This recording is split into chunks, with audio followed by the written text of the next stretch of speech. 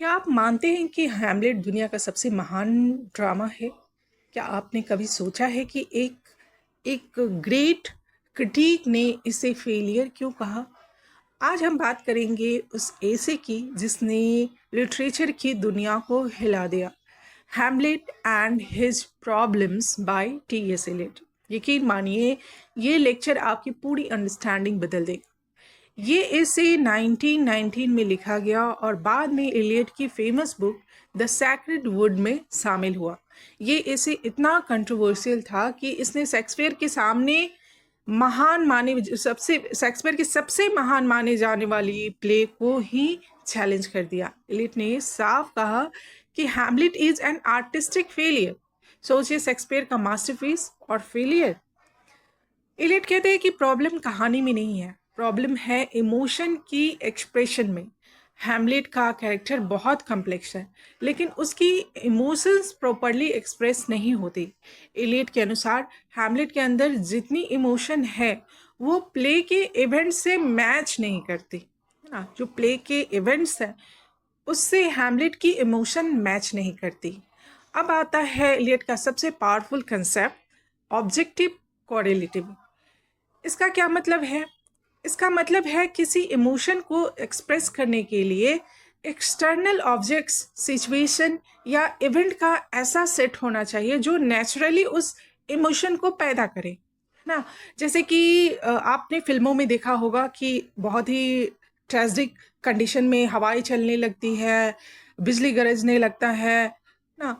तो वो जो ऑब्जेक्ट्स है, बाहरी जो चीज़ें हैं, वो पहले दिखा देती हैं कि अब आगे क्या होना चाहिए। तो वो यहाँ पे हैमलेट में शेक्सपियर ने वो ऑब्जेक्ट्स के थ्रू वो इमोशंस जो होने चाहिए थे वो एक्सप्रेस नहीं होने दिया। तो एक्सटर्नल ऑब्जेक्ट, सिचुएशन या इवेंट्स का ऐसा जो सेट होना चाहिए वो नहीं था जो नेचुरली उस इमोशन को पैदा करे, है ना। तो emotion is equal to proper situation plus object plus events.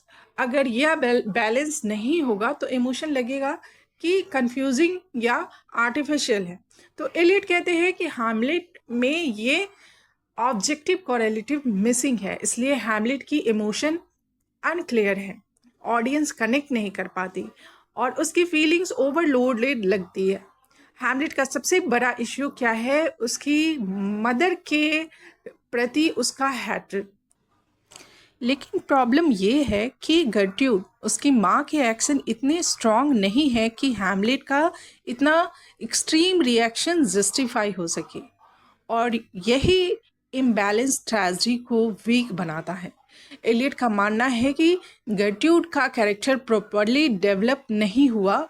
Audience को ऐसा कुछ नहीं दिखता जो हैमलेट की इंटेंस डिस्गस्ट को जस्टिफाई करे, और इससे पूरा इमोशनल स्ट्रक्चर जो है वो कोलैप्स हो जाता है।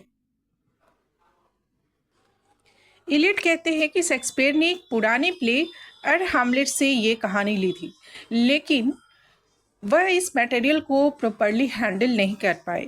इमोशन इतना कॉम्प्लेक्स था कि शेक्सपियर उसे पूरी तरह एक्सप्रेस नहीं कर सके।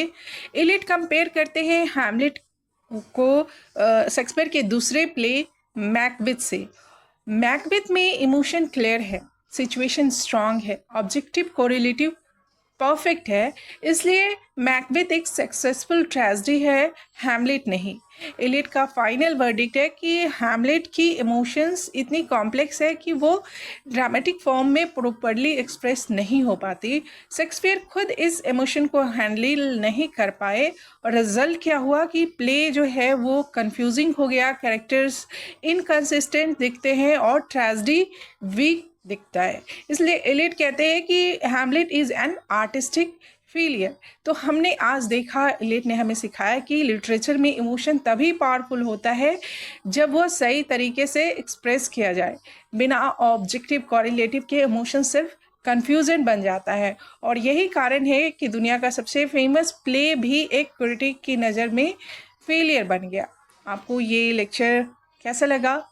अगर ये लेक्चर आपको अच्छा लगा तो लाइक शेयर सब्सक्राइब ज़रूर करें।